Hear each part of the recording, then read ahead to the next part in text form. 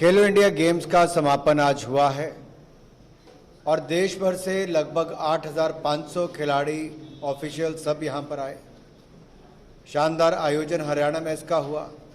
12 नए national record बने और माननीय प्रधानमंत्री मोदी जी का जो सपना है कि खिलाड़ियों को ज़्यादा इवेंट्स मिले, ज़्यादा कॉम्पिटिशन्स मिले और उनको यहीं से एक अवसर मिले बड़े स्तर पर चयन होने का। इसके बाद वो टॉप स्कीम के डेवलपमेंट प्रोग्राम में भी आ सकते हैं, एलिट प्रोग्राम्स में भी आ सकते हैं और कहीं ना कहीं टैलेंट हंट के लिए भी हमें एक बहुत बड़ा अवसर मिलता है।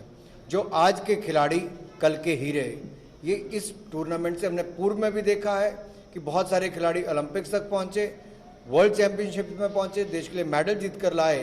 तो वहीं पर यहाँ पर खिलाड़ियों ने बार बार वो करके दिखाया है कि क्या शानदार प्रदर्शन होता है और खेलो इंडिया की सोच को आगे बढ़ाने का काम खेल मंत्रालय द्वारा किया गया है। जो प्रो कबड्डी थी तो उससे जहाँ जो स्कॉट्स भी रहते हैं तो उससे कुछ मदद मिलेगी?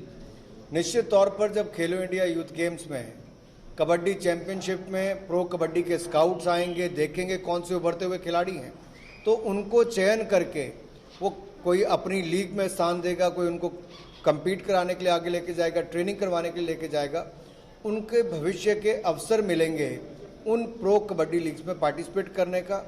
इसी तरह से ही बाकी खेलों में भी खिलाड़ियों को राष्ट्रीय स्तर पर अलग चैंपियनशिप्स में खेलने का भी अवसर होगा, क्योंकि इस कंपटीशन में जो रिकॉर्ड बनाए हैं, जैसे मैंने कुछ का उदाहरण देकर भी पहले कहा कि उन्होंने देश की नंबर 1 खिलाड़ी को बीट किया। ऐसा ही खेलो इंडिया यूनिवर्सिटी गेम्स में भी हुआ था कि एक ओलंपियन को बीट करने का काम हमारी यूनिवर्सिटी के खिलाड़ी ने किया। ऐसे बहुत सारे उदाहरण हैं जहां उभरते हुए खिलाड़ियों ने बड़े खिलाड़ियों को हराया है और अपना परचम लहराया है। और सर, जो अपने खेलो इंडिया यूनिवर्सिटी की बात की थी तो उसका क्या है? खेलो इंडिया यूनिवर्सिटी गेम्स भी बहुत सफल आयोजन यूनिवर्सिटी गेम्स का बेंगलुरु में हुआ और अब खेलो इंडिया यूथ गेम्स का आयोजन हरियाणा में हुआ। ये दोनों 2021 की गेम्स थी जो कोविड की वजह से लेट हुई हैं।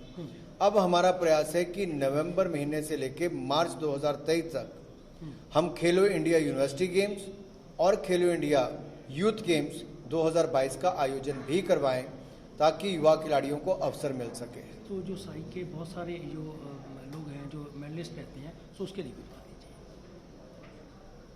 खिलाड़ी अलग अलग राज्यों में थे, आप कंपटीशंस देखिए, जहां एक और राज्य उनको सुविधाएं उपलब्ध करवाता है, वहीं पे नरेंद्र मोदी जी की सरकार ने टारगेट ओलंपिक पोडियम स्कीम के माध्यम से खिलाड़ियों के डाइट से लेके उनकी बोर्डिंग, लॉजिंग, रहने का, ट्रेनिंग का सारा खर्चा और इंटरनेशनल कंपटीशंस में पार्टिसिपेट होने का खर्चा भी मोदी सरकार ही वहन करती है और उनको 6 लाख रुपये जेब खर्च भी टॉप्स के एथलीट्स को मिलता है।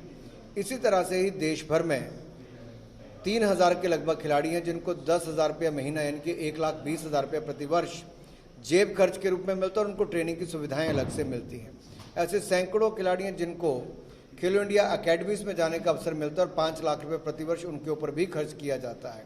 तो अब खिलाड़ियों को केवल खेलने की ओर ध्यान देना है, उनके लिए बाकी चिंताएं मोदी जी की सरकार करती है ताकि खिलाड़ी अच्छा प्रदर्शन कर सके। एक लास्ट क्वेश्चन है, ईडी को लेकर राहुल गांधी और सोनिया गांधी के लिए बहुत सारे लोगों ने प्रदर्शन किया पूरे देश में, उसको लेकर आप क्या बोलते? कांग्रेस का चेहरा बेनकाब हुआ है कि वो भ्रष्टाचार के खिलाफ की लड़ाई में सहयोग नहीं करना चाहती।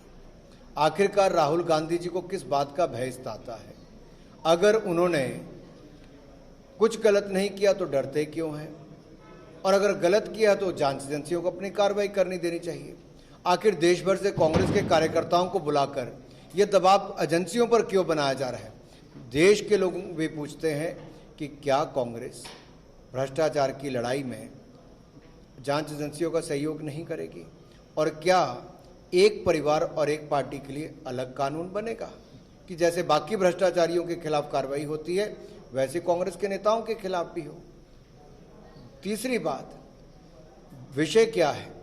क्या कांग्रेस एक परिवार की जो संपत्ति है और जो कंपनी है उसकी 2,000 करोड़ की संपत्ति को बचाने की लड़ाई में आगे आ रही है? तो क्या पूरी कांग्रेस पार्टी एक परिवार तक सीमित होकर रह गई और उनके भ्रष्टाचार को छिपाने तक सीमित होकर रह गई है? आज देश के सामने कांग्रेस की एक बार फिर पोल खुली कि भ्रष्टाचार का समर्थन करने वाली कोई दल है तो वो कांग्रेस पार्टी है। नमस्कार, मैं हूं मानक गुप्ता।